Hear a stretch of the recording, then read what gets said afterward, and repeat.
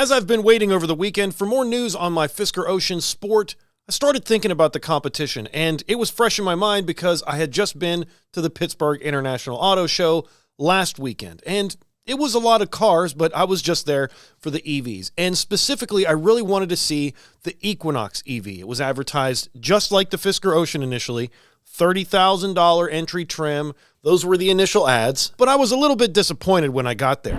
Okay, in person. Hello. Let's see what we got here. Vehicle is locked.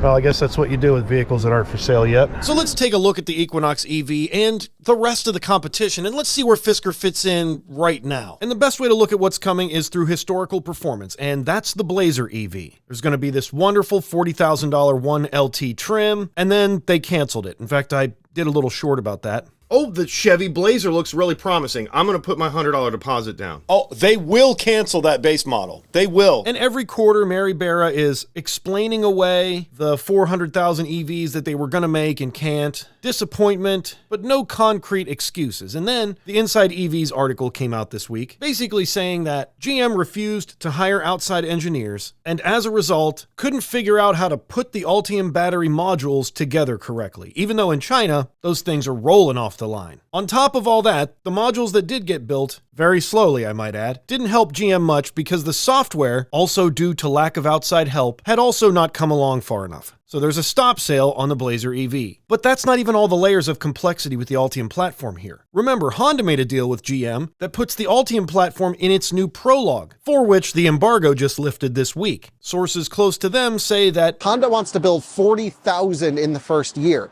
Everyone at Honda I've spoken to has been like overly confident about the situation. Like, oh, absolutely, we can get 40,000. And those would all have to have those same modules that would go into the Blazer EV. So not only is the Blazer on a stop sale because of poor software and being finished extremely slow because of complexity with the Ultium platform, the Honda Prologue has to have some kind of priority over the Blazer for Honda to be this optimistic about those Ultium packs going out. And we know Honda's not using Chinese cells because the rumor is the Prologue will be eligible for the tax credit. So where does that leave the Equinox? At the back of the line. And I'm sure they will build a couple this year, just like the Hummer EV, you gotta deliver at least one for proof of concept. But I'm pretty sure no $30,000 Equinox is going to anyone anytime in 2024. 319 miles of range, okay. And 47,490. There's your $30,000 Equinox for $47,000.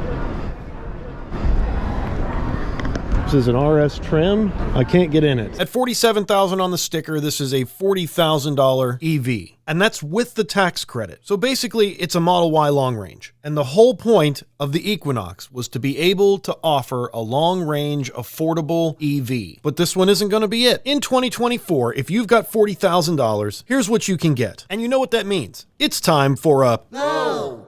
Res! Short! I did a nationwide search for EVs, and these are the lowest cost examples of the following models. There's a $30,000 Ioniq 5 out there somewhere. It is an all-wheel drive example, and we know how fast they charge. I found a rear-wheel drive Ioniq 6 for under $37,000, an EV6 Wind for about $1,000 more. The Niro and Kona EVs, while not fast charging, are very low priced right now, and all the Hyundai Kias get NACS in Q4. And then, of course, the Ocean Sport, which is $38,999 right now, with the Ocean getting NACS in 2025. The cheapest Model Y rear-wheel drive available in inventory right now is about $900 less than an Ocean Sport. There's a Mustang Mach-E out there for under $33,000. It's not all-wheel drive, but we know Ford is getting NACS first. And the most compelling find for those okay with the vehicle was the ID4 example I found. It was all-wheel drive Pro with the tax credit, bringing it to under $30,000. I found a $33,000 Aria, a just under $33,000 BZ4X, and yes, I was able to find a $39,999 base model Polestar 2. So let's do some takeaways. Is the $25,000 EV here? Yes, go get yourself a Kona. And no, your payment isn't going to look the way you want it because interest rates are still really high. Take this $30,000 e-Niro for example. A $437 payment really isn't that bad, but to get that low, you got to go to 84 months. And for a long-term buyer, 84-month loans are just fine. But try to trade this thing in 3 years, and you might be upside down because of a 6% interest rate from Bank of America. And on a separate note, LendingTree has all the predicted interest rates from all the major lenders except Chase, which mysteriously is not reporting them right now. Funny, that's where I got my Fisker loan from. Just wanted to point that out. I touched on my rate on the Ocean Sport in my last video, one of the reasons I went forward with it, which leads me to some broader conclusions. GM is nowhere to be found. The only thing they had good going for them, and also a recently designed iteration, was the Chevy Bolt, and they decided it was good to cancel it.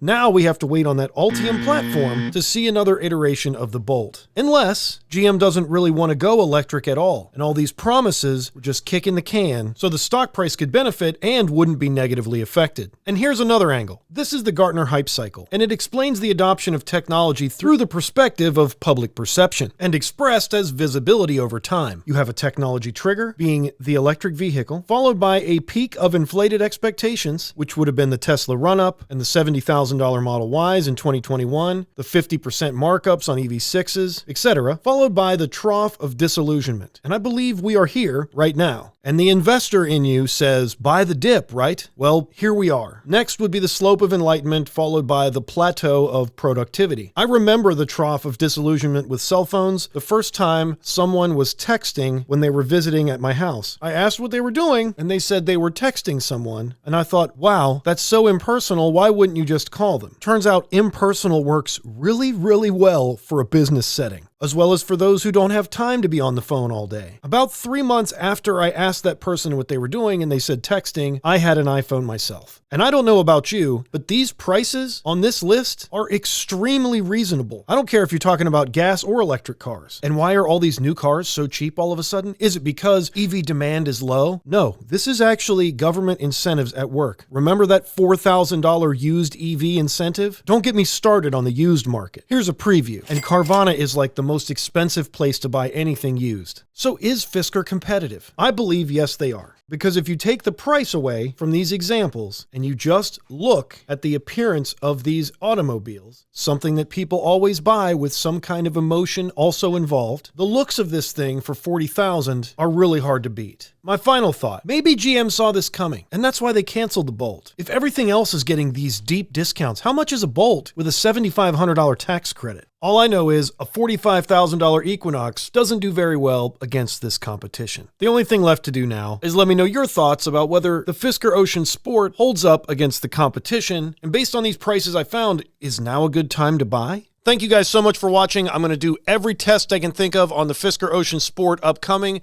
Make sure you subscribe for that, and for early access, join my YouTube membership right here, or join me on Patreon right over here. Oh, and I changed the outro, but only a little bit. Let me know what you think.